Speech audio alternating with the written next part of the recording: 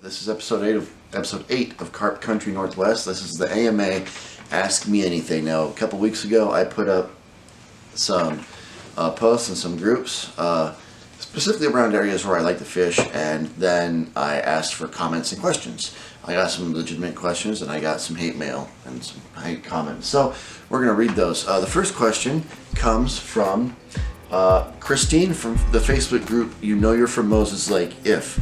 Now she asks, I thought I read somewhere that they had overpopulated the lake, that was part of the toxicity of the water. Is that correct? In regards to the overpopulation of the lake, to some extent yes, although there's different factors that we really need to look at in terms of why that's a thing and why there's so many carp in relation to other fish. And it's really because carp are really this kind of amazing surviving machine, right? They're kind of like coyotes and people in a way. They can survive in different types of water conditions: clear, muddy, murky, still, stagnant, moving. They can eat anything. They're omnivorous. They'll eat worms, bugs, the fish eggs, fish fry, berries, plant matter. They'll eat anything.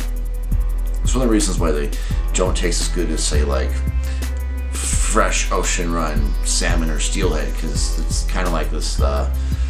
It's a phenomenon that's also observed in like bears and coyotes. Like, you really don't eat them because they have such a wide-ranging diet. It really kind of muddies the taste and makes it taste not great. So that's kind of why there's so much more of them in the lake in Moses Lake than any other fish, because other fish require a certain kind of water quality, water temperature, water movement. So like, you can set up a tank for bass, like if you had like an aquarium, or you can set up a tank for trout. But if you set up a tank for trout and bass, all you're going to have is like a not happy trout and a not happy bass, whereas a carp will be fine in any of them because it's so good at surviving. And in terms of whether or not they actually contribute to the toxicity of Moses Lake, meaning like the toxic algae blooms, yeah, to a degree. They do stir up sediment when they eat, especially like more like probably when they breed and they're, splashing around in the shallows. But compared to other things, like I've seen a lot of, as a carp angler, I'm there when boats come by over by Blue Heron Park.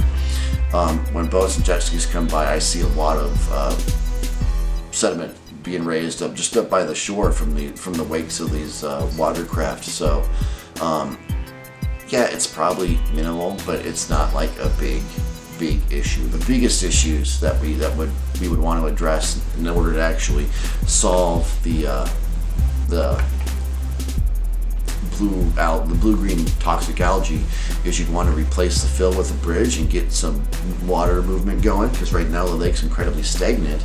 And then you'd want to actually probably address climate change, because it's also a really warm water lake, and so it's really stagnant and it's really warm, and that's prime conditions for any sort of algae, really. That's going to just be floating around in the water. Again, not so much now because technology has changed, but Moses Lake has always been kind of the way it is because of the Columbia Basin irrigation project, and so basically the damming of Sullivan Dam out by the Potholes Reservoir. But as a result, you get a lot of irrigation that is then pumped with fertilizer for crops that then makes its way back into the lake. And now it might not be it might not be as big of a deal, but you add that up over decades and you get this silt at the bottom that just loaded with fertilizers and nitrates and things that is going to be a real big factor in a boom of algae. It's going to be really good for that because it's all designed to make plants grow.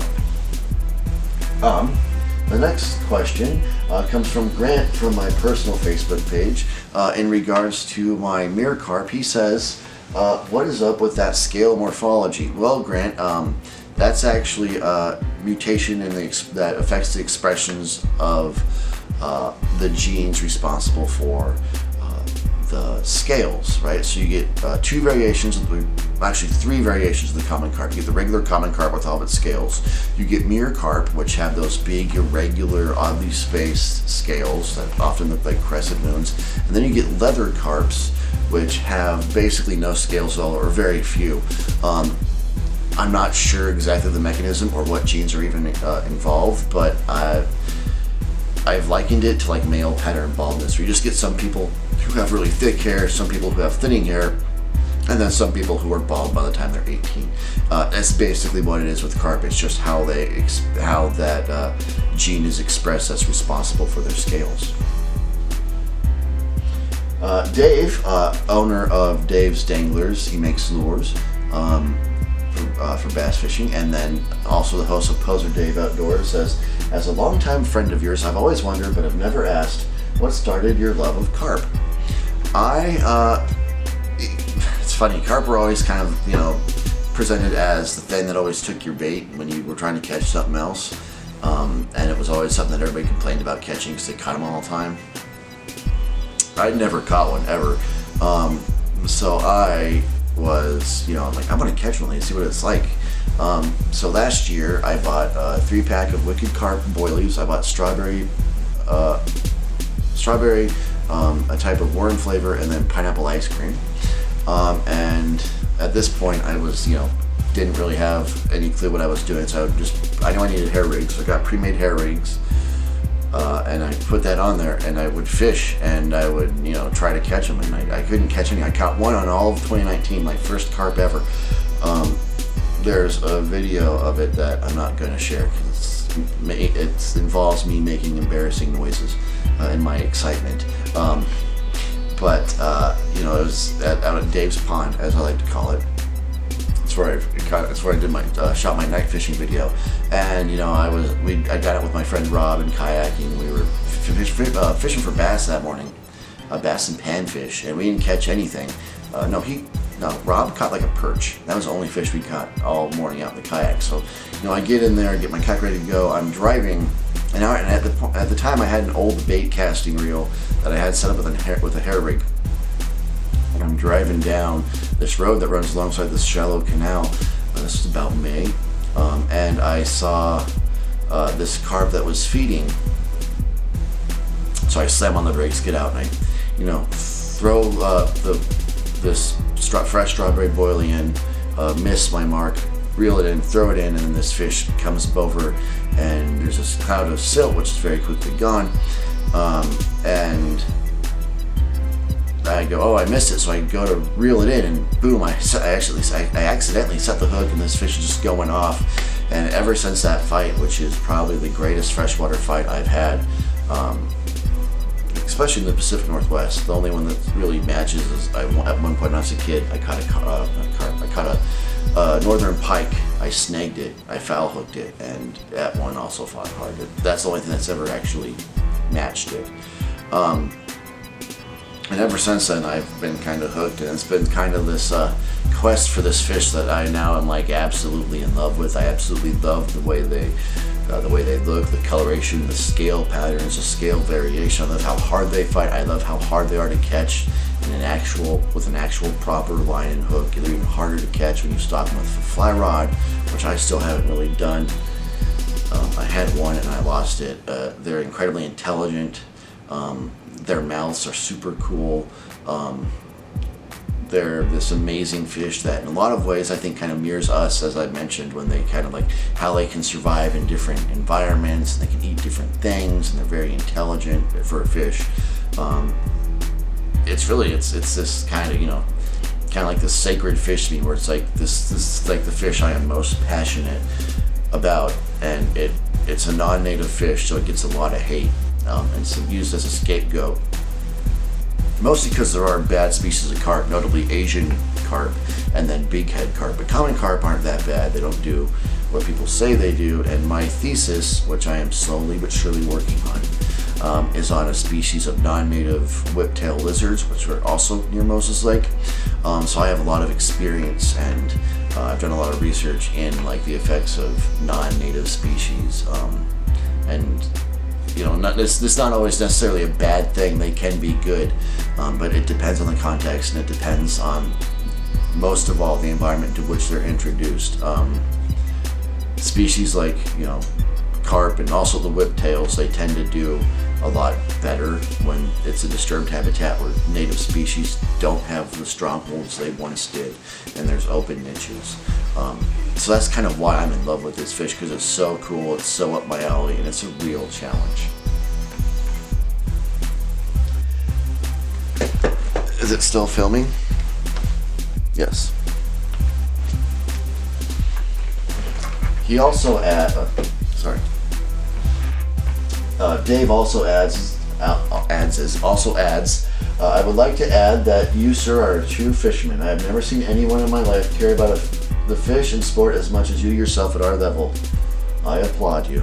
Thank you, Dave. That means a lot. We're also, you do a lot of good stuff with your channel. It's really fun to watch.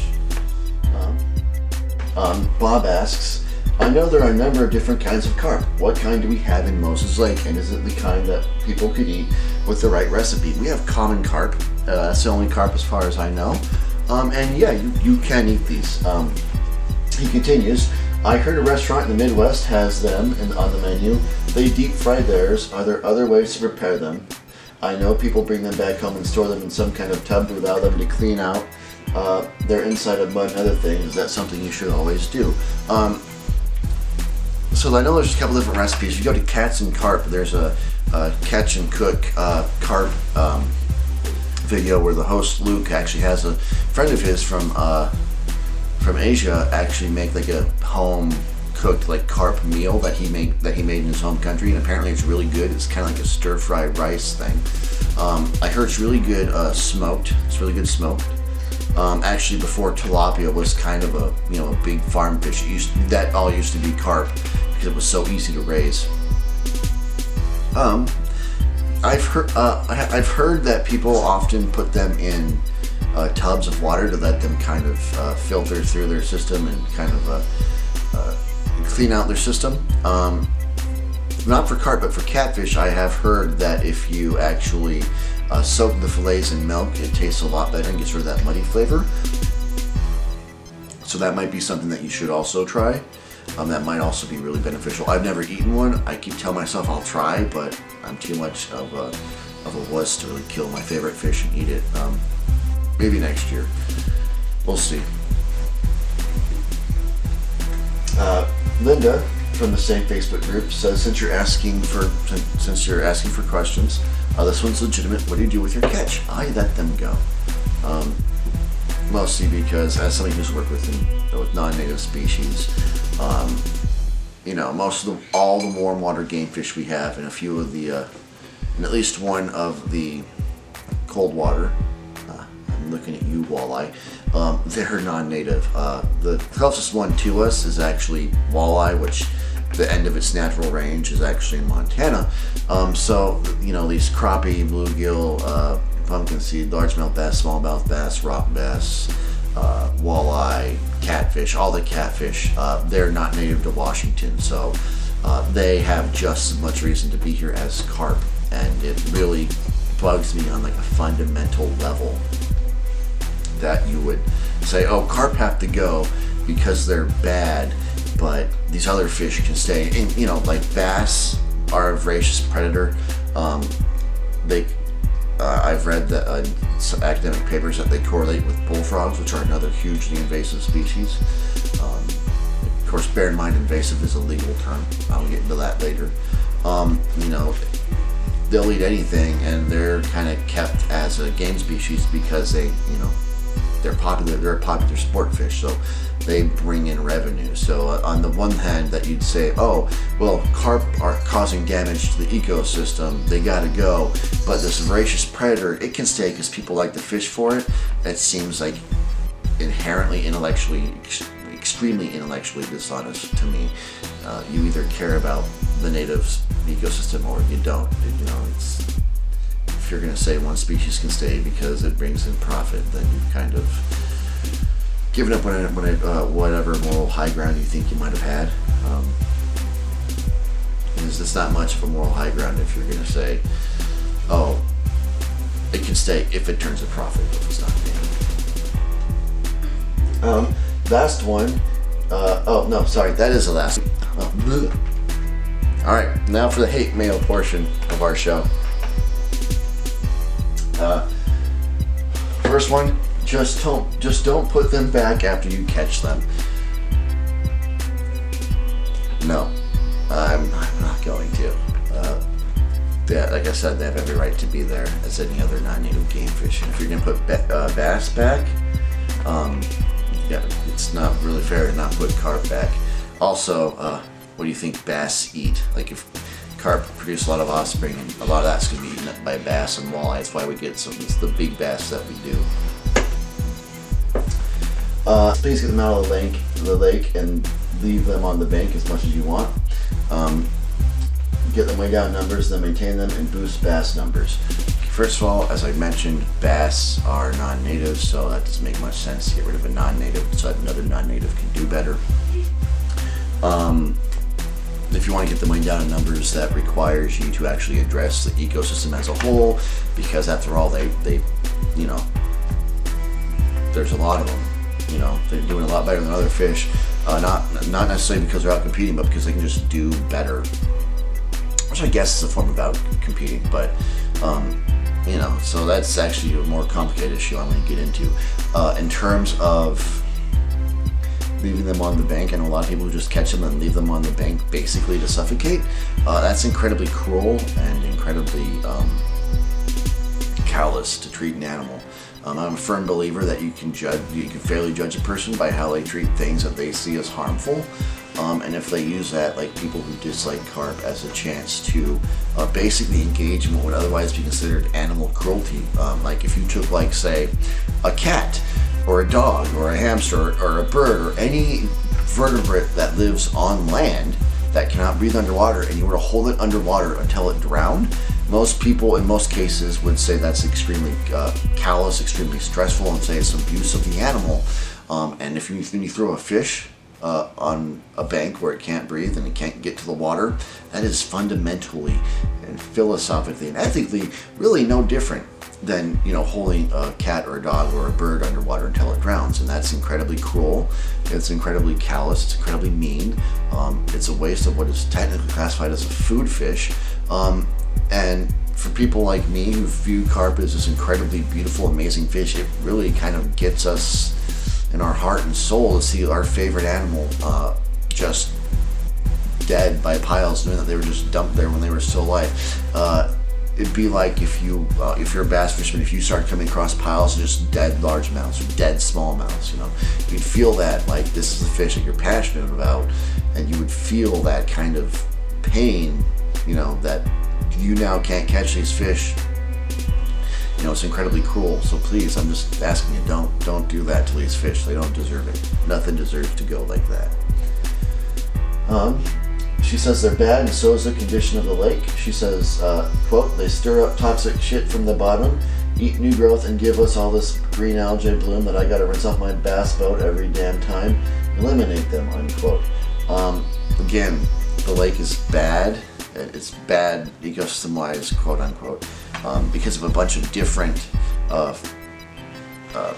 variables. The big three is stagnant water, warming climate, and fertilizer runoff building up for decades. Excuse me. So yeah, you're probably gonna have to rinse off your bass boat so that you don't get it somewhere else. But at the same time, you're already supposed to be, you know, rinsing off your bass boat for zebra mussels, you know, because those are also a big thing. They recommend that you cycle through your live well, or you wash your boat thoroughly. So this is really just no different, and it's just as the environment changes and you see these algae blooms that produce this toxin pop up in different places, because we're in shallow, lowland lakes.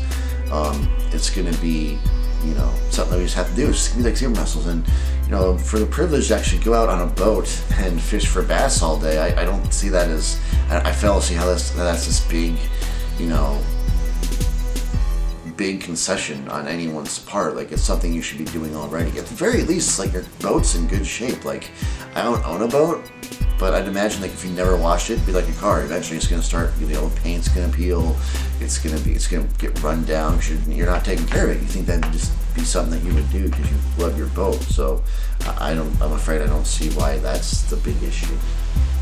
She continues. Dude, it's science. Why do you think they just commercially harvested 6 tons of them out of the lake? Because they're way overpopulated. You obviously came to the wrong group to promote your precious ship species, unquote. Yeah, it is science. Really, it is. At the end of it, it's ecology. Which I have a bachelor's degree in actually ecology and evolutionary science, biology.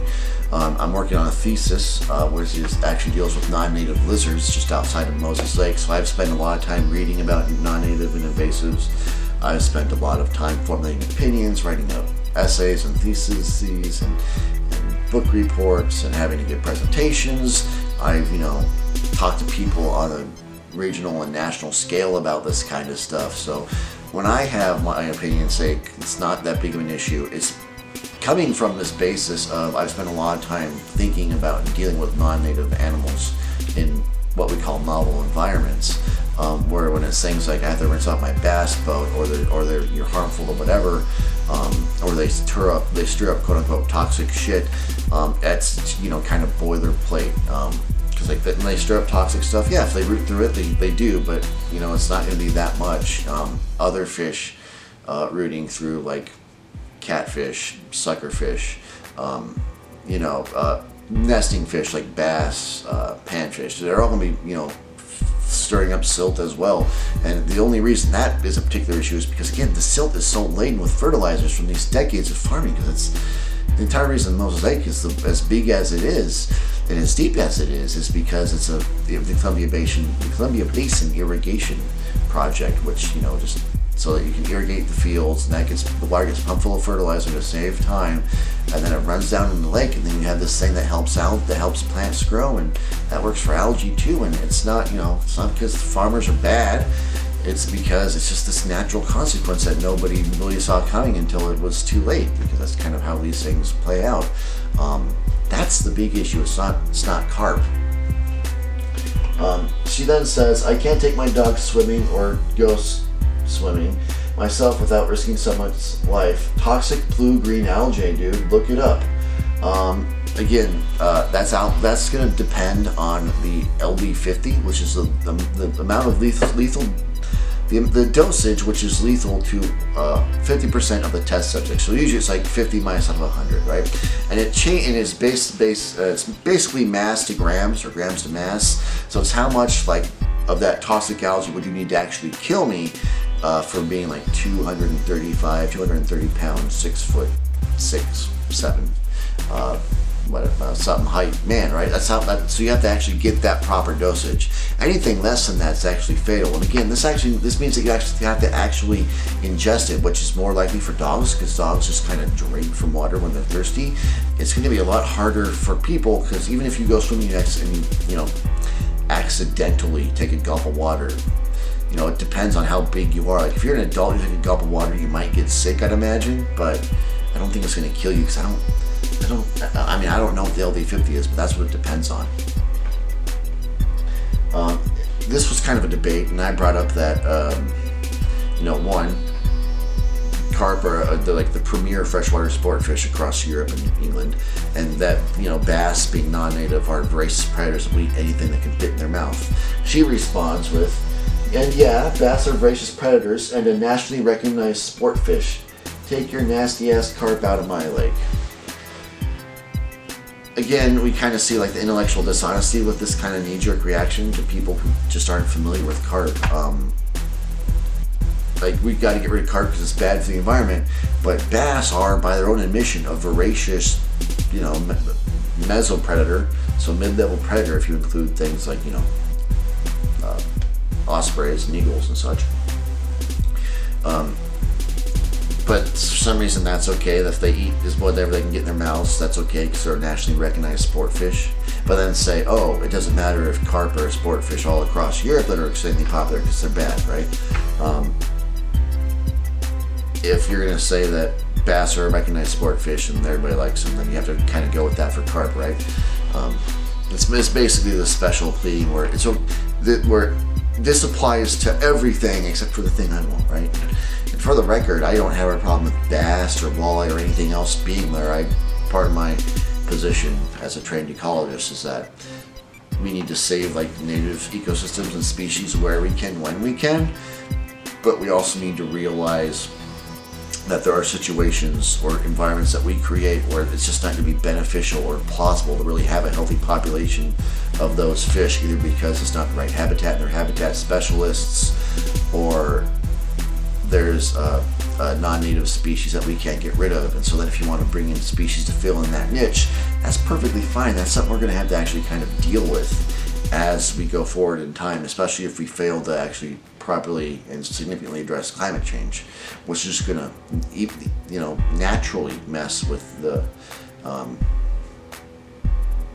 distribution of these animals.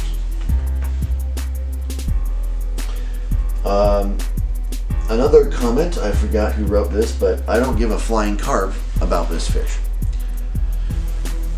I suppose this person thinks they're very clever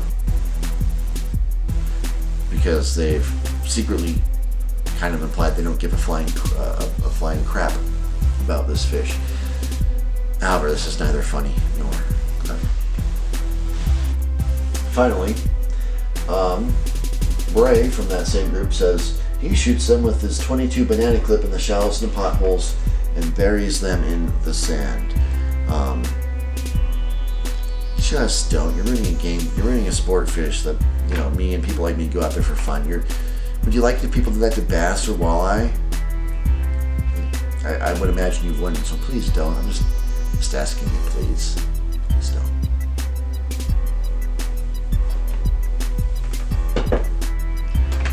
Alright, now for a couple updates. First update is yesterday, which is, what is today? The 27th. So yesterday, the 26th, I found out that my bite alarms died. Kaput. They weren't working. I thought it was the batteries, so I changed the batteries. They still weren't working. I went to unscrew them and they wouldn't unscrew. I had to actually break the base of them and then unscrew the connector, separate. So I ordered some nice new ones off of Big Carp Tackle, who I recommend, by the way. I get all my carp stuff from Big Carp Tackle now. I'm shipping it through USPS because the last order I ordered from Big Carp Tackle I did not receive because it was shipped through FedEx, who lost it. And trying to figure out what happened to my package was a nightmare. I would call and try to figure out where my package was, and I wouldn't get through. But if I called and said, hey, I want to spend money to send a package, oh boy, they couldn't get me connected fast enough. So I don't know if that's all of FedEx. It's just what my experience was. So I had it shipped with USPS, which, because if you're paying attention to the US news with the election cycle and voter fraud and the new Postmaster General, and it's a very muddy situation. But long story short, there's a delay of 3 to 4 weeks for packages in some cases.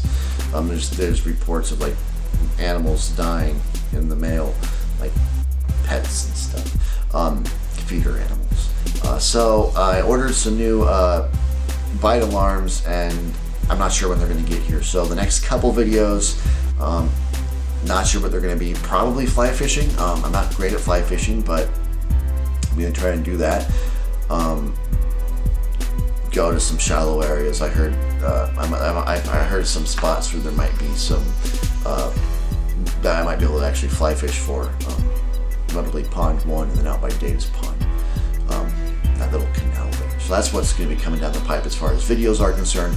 Also, as far as videos are concerned, and kind of beyond that, we're having,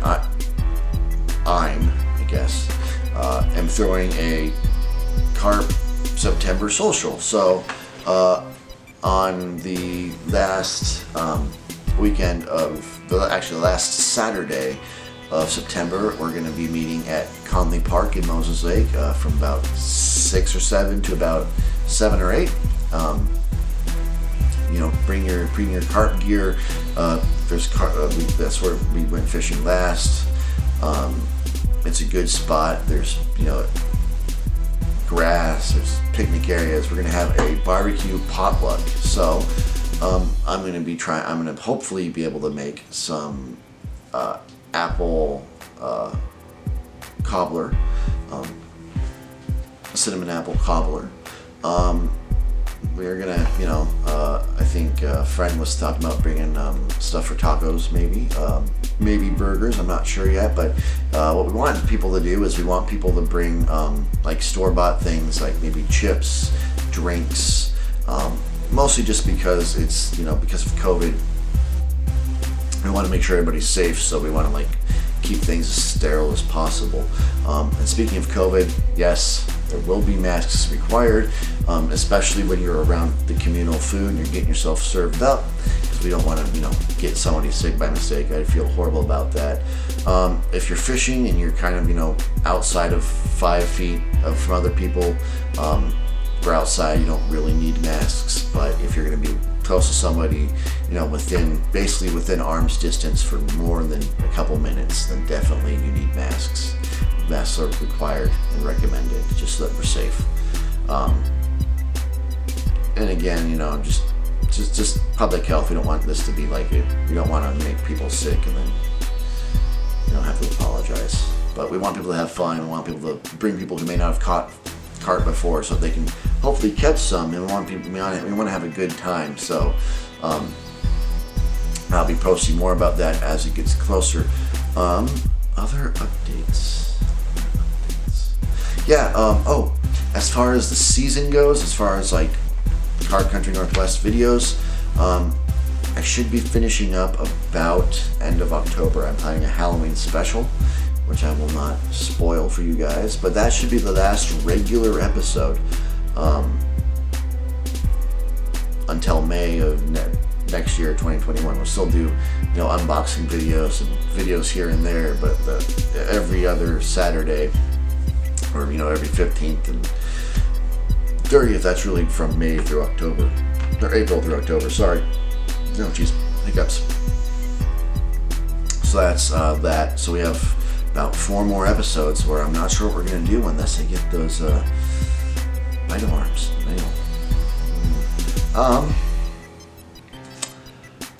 Last thing, 2 last things actually. I'm flying off the top of my head here, so I don't have a script or anything.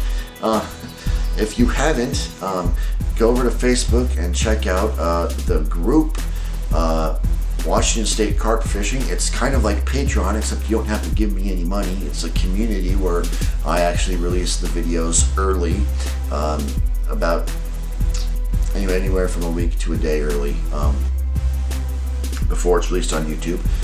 So I just upload it right there to Facebook so you can watch it before anybody else. We share memes, we share spots, we give advice. I realize that a lot of the other kind of fishing groups that were regional were kind of hostile to carp anglers, so it's just kind of a spot where you can come and show up. Again, it's kind of like Patreon, but you don't have to actually give me any money because I'm not asking for it.